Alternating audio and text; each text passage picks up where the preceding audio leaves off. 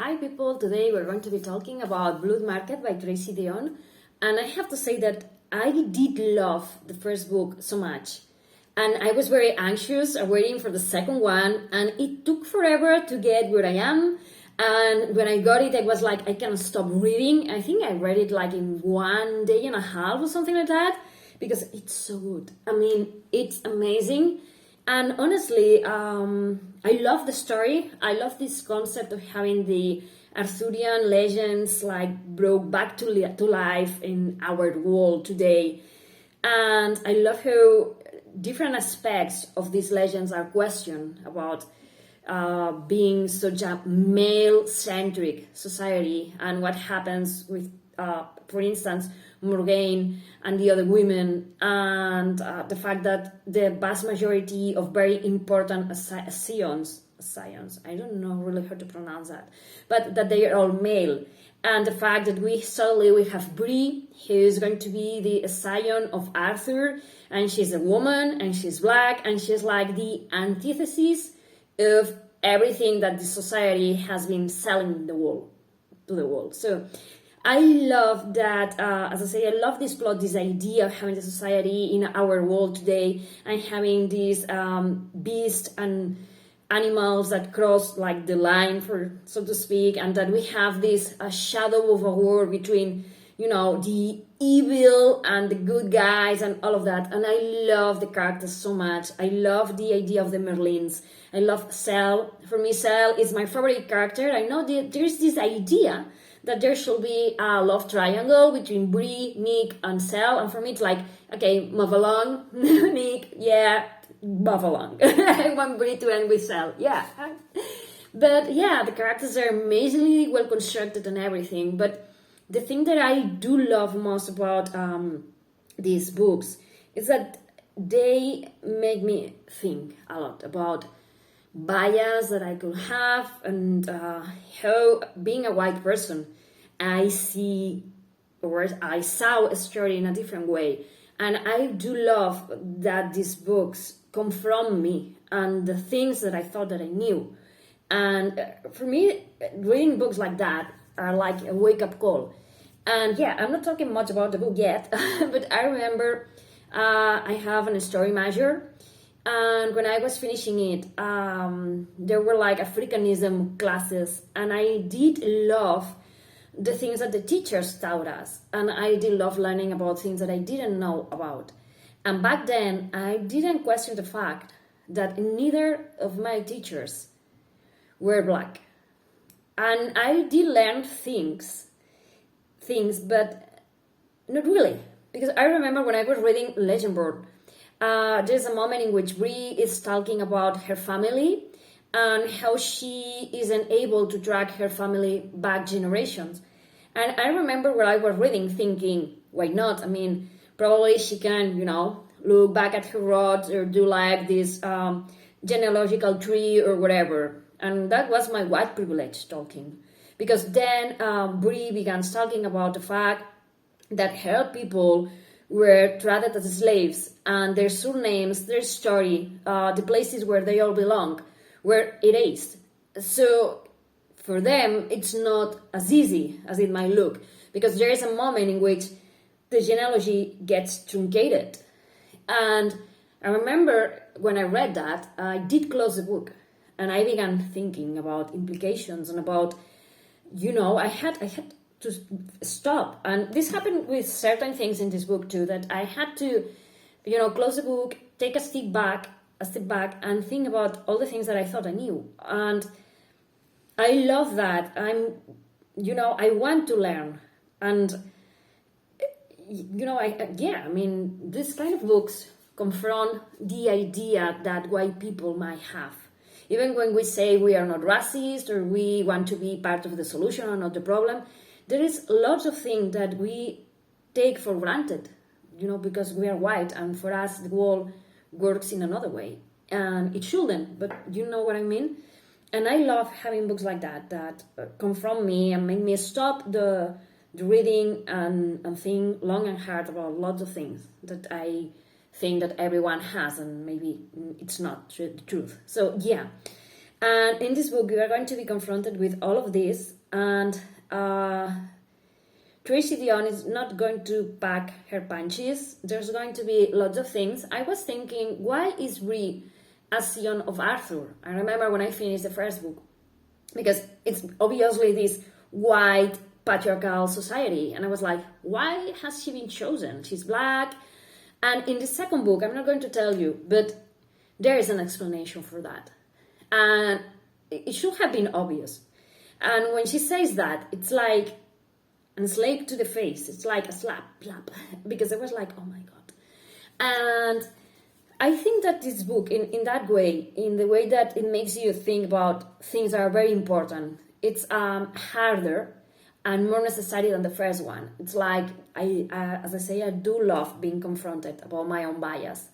Because sometimes I'm not even conscious that I have it, because I have the privilege of not being conscious, and I love being called out and these kind of things. So yeah, I mean, this book is going to be amazing for that.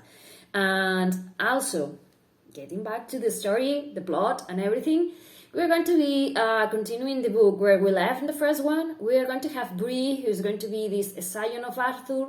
She still has some problems trying to control her power, because it all happens so fast in the first book. She met the society, she has had no training, and she's still like finding her footing, and lots of things are going her way. And I have to say that there were moments in this book that it was like, oh my God, because lots of things are going to be happening to her. Things that you are thinking, this cannot be possible. This is like, and yeah, I don't know how to summarize this book without giving any kind of a spoiler. But let's say Bree is going to have to come to terms with her powers as the Scion of Arthur and her powers as a member of her society, the blood root and everything, her ancestors, the influence that the ancestors has on her. And I love the journey that Bree does in this book, coming to realize, I was going to make a very major spoiler, but let's say that sometimes you live in the shadow of people that you love, and that you have to find your own footing and your own way of doing things, and that you have to be your own person, and sometimes the expectations of people you love can crush you. And I love the journey that Bree makes in this book, and I love how amazing she is. For me, she's an amazing character. She can be hot-headed, but I don't blame her. She's an adolescent. She's living in a world that was harsh to her before, and now it's even harder to stand in her place when, people are pointing at her because she looks way different than she should look if she belongs to the society of Arthur and all of that.